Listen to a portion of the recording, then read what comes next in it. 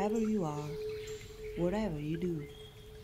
You know that the foolish pursuit of your material desires, this collective thought form, that you can manifest whatever you desire and obtain it with the power of the mind and your will, can only happen by pressing your foot on someone else's neck. Hell is actually not the others. This is truly a wonderful world to live in, despite the difficulties, because the secret of manifesting your desires on earth never comes without a cost. Let us tune with this.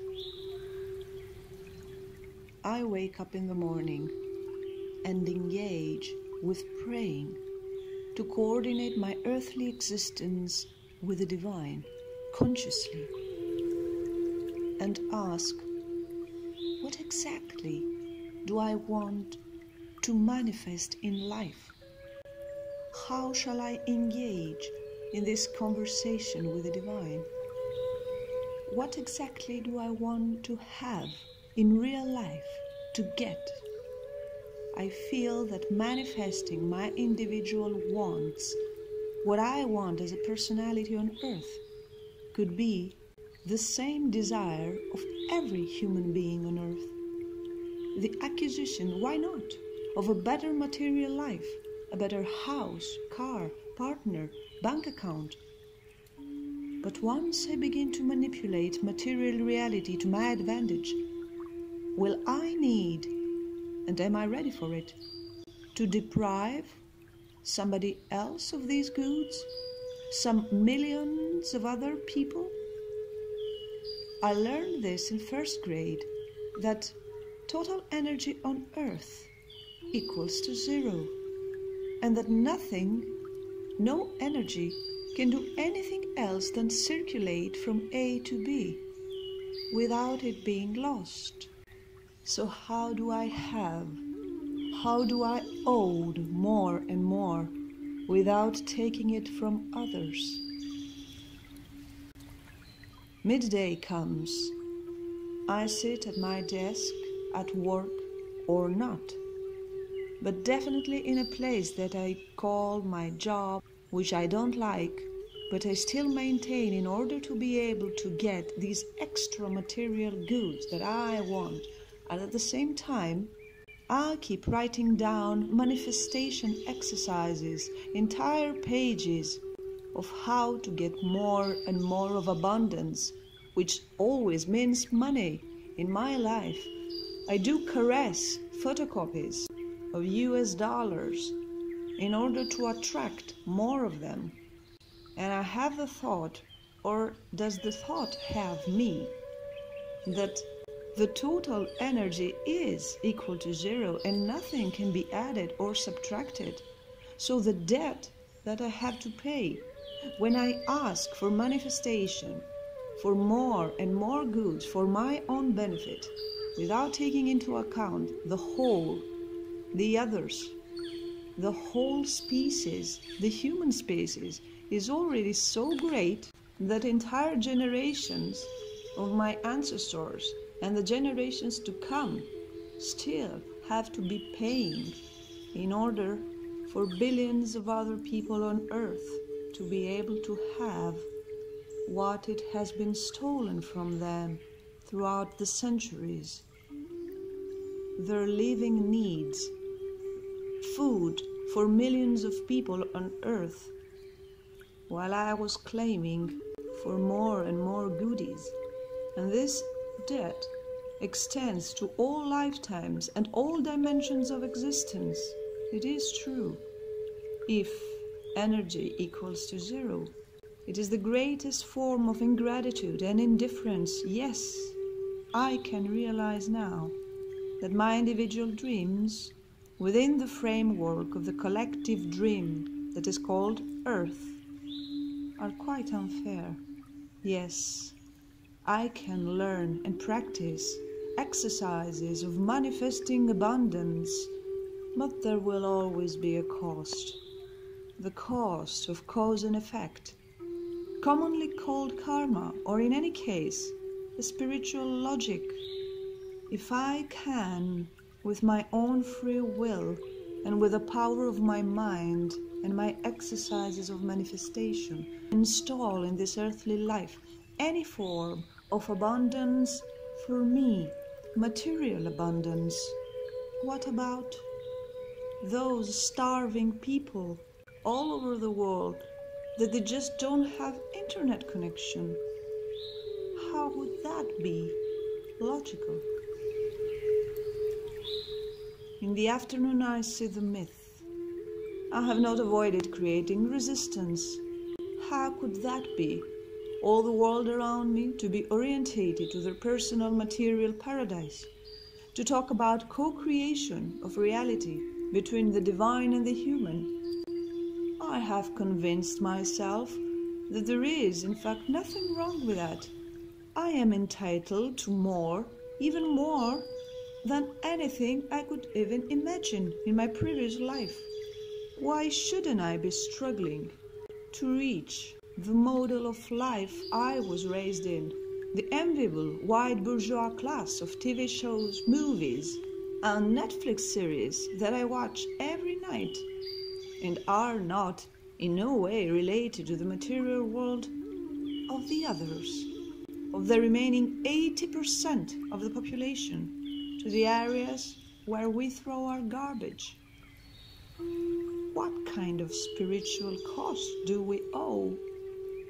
Then hundreds of generations before and after us should be held accountable for the economic imbalance we have caused and for the deceptive idea that the material goods of the white bourgeois are actually not to be acquired uniquely by us, the privileged ones, to be acquired by the others simultaneously, by this total of 7 billion people currently living on the planet. Breathe in and out. This is the time to acquire a new consciousness, far from how I can acquire these material goods that have been promised to me in this electronic and digital lifetime, that I can be transferred to another inner dimension of how I can offer to the planet and to all its creations and animals and other humans living on it. I am accountable. We are all accountable due to criminal negligence to believe that hell is the others. The evening embraces me. I'll give myself an example. I met that little 3-year-old African child. At first, she was afraid to approach. I'm not surprised. But I was happy to meet her. At that time, I didn't have the certainty that my material and financial possessions would have to circulate towards her in order for me to be fair and just on this world. I met my sweet little chocolate friend 3 times. The first time, she was scared. If I had to assume that all people would have equal access to material goods, which at the moment are sufficient in relation to what the earth can produce, I know, then I would definitely be deprived of one of this couple of my shoes, my t-shirts, my numerous clothes, another ticket to a concert or to go to the movies. The second time, she tried to get a little bit closer, but as she was scared, she did not come that close. I was trying to reach her. I was trying to get a touch from her. Once more, to get something from her, and I didn't realize my debt till the third time, the last time I met her. She approached the other children around her, made her approach, and made her extend her hand. Since then, I call her in my dreams. I call her biscuit, a cookie. That was the only word she was taught to say when she saw me. Extend her hand and ask for a cookie. That was the debt I had to pay. A cookie for my white ancestors who took care of their individual dreams and ignored the living needs of my African friend. The night comes.